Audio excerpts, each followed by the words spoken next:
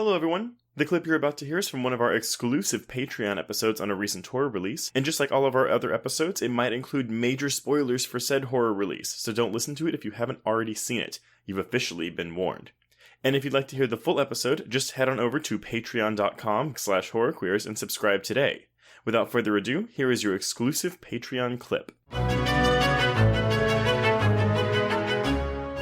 I'm interested to hear who you think the target audience for this is and how this film is going to age. Well, and I'm going to preface this with this, because I may say, yeah, it's making fun of Gen Z, it's making fun of young people, as if I am not a young person. Now, I realize I am not Gen Z, I am a millennial, I am 33 years old, and I am absolutely part of the group that is being made fun of in this movie. I mean, regardless of your age, I think if you are a part of Twitter culture, you are being attacked in this film. But I think a part of my enjoyment comes from the fact that, yeah, I can see some of my own behaviors in these characters and still laugh at it and also laugh at myself because the movie's not wrong. No, it's true. I feel like unless you watch this movie and you feel like these people are totally fucking annoying, you're probably going to feel mildly attacked by this movie. Yes, but I also think that if you are just finding them incredibly annoying, you're correct because that's the point. But I worry that if you limit yourself to that statement, you are missing on a lot of the satire in this movie. Yeah, it's interesting because I've seen a few people talk about this movie as something where you can just watch it inherently on the surface and kind of say, all right, I'm watching these kids. Spoiler alert for everyone. Oh, wait. Do you recommend this movie, Joe? Okay. I am a mild recommend. I enjoyed it. I didn't love it. Okay. I'm not in the love field, but I'm in the I really fucking liked this field. So you liked it enough to put a fuck on it. Yeah, absolutely. No, and this is my second time watching it. I did catch this at South by back in March, and that was a viewing where I had no idea what to expect. I didn't even know what the movie was, except that I knew that a lot of our peers were excited about it. Right. So I snagged a last minute ticket to get into this movie because I wasn't reviewing it. So I had to wait in line for an hour to go see it. And not knowing anything about it, I had a lot of fun with it. And I'm glad I saw it that way, but I was worried about how the film was going to play when I already knew the ending. So, dare I say, I actually enjoyed this more on a rewatch because when my brain... Well, okay, so yeah, we both recommend it. Here's a spoiler. Knowing that there is no initial murder in this movie and my brain wasn't occupied with trying to figure out the whodunit, I was able to really sit back and enjoy the script a lot more.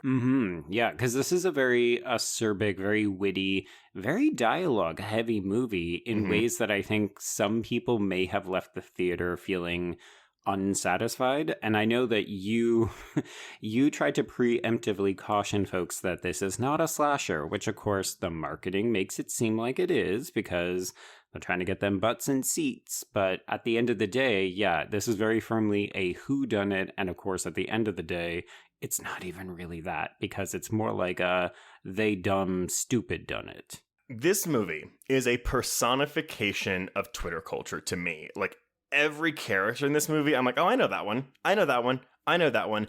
But at the end of the day, and I know that some people might feel like the ending is anticlimactic because, Pete Davidson accidentally kills himself while trying to show off his machismo by opening a champagne bottle with this fucking machete knife. Right. But again, to me, I'm just like, well, this movie is just like, it's someone says something on Twitter, maybe it's innocuous, and they are misinterpreted, and then everyone piles onto them, and it becomes a big fight, it becomes a big scuffle, people start attacking each other, then they start bringing in their own traumas, and it becomes a trauma competition, and it's all over nothing. Yes.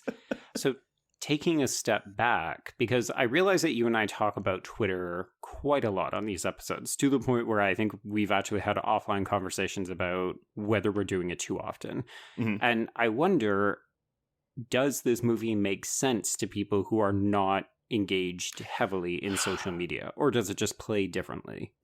And you know what? I don't really have an answer for you, Joe, because I think that's where that depends on, can you enjoy this movie on a surface level if you're not looking at the satire or subtext in it? Because that would be how you would have to watch it, and I don't know. Okay, wait. I'm pushing back on that because I absolutely think that if you're not on Twitter, you can still get the satire of this movie. This is not a movie about Twitter.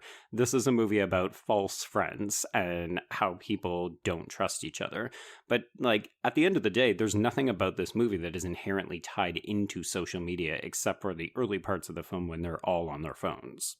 Yeah. I mean, I guess really, I'm saying Twitter culture because that's how I see a lot of this stuff play out. Mm-hmm. But it could also just be, it's a generation as a whole or a large group of people.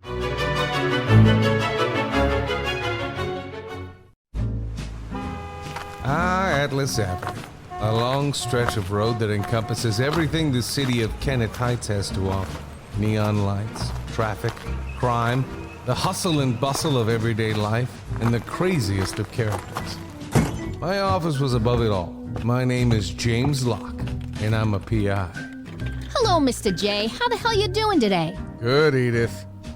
Nearly every year I have a new case.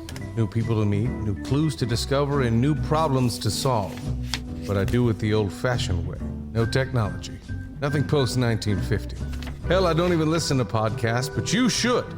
Atlas Avenue Beat is a spoof of the film noir genre with goofy characters, tons of wordplay, and non-stop raunchy humor.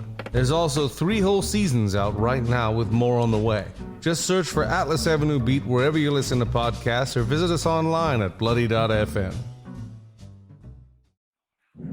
Hello, I'm Shelby Scott, the host of Scare You to Sleep, a podcast where I tell you spooky bedtime stories full of creepy sound effects and music that is soothing yet unsettling to help immerse you into a world of horror. This is a show for those of us who have realized horror can be a strange but relaxing escape from reality.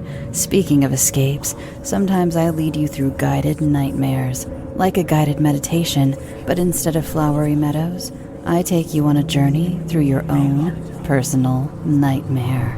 So come get lost in the terror with me. Listen to Scare You to Sleep wherever you listen to podcasts or find us online at bloody.fm. Sweet screams.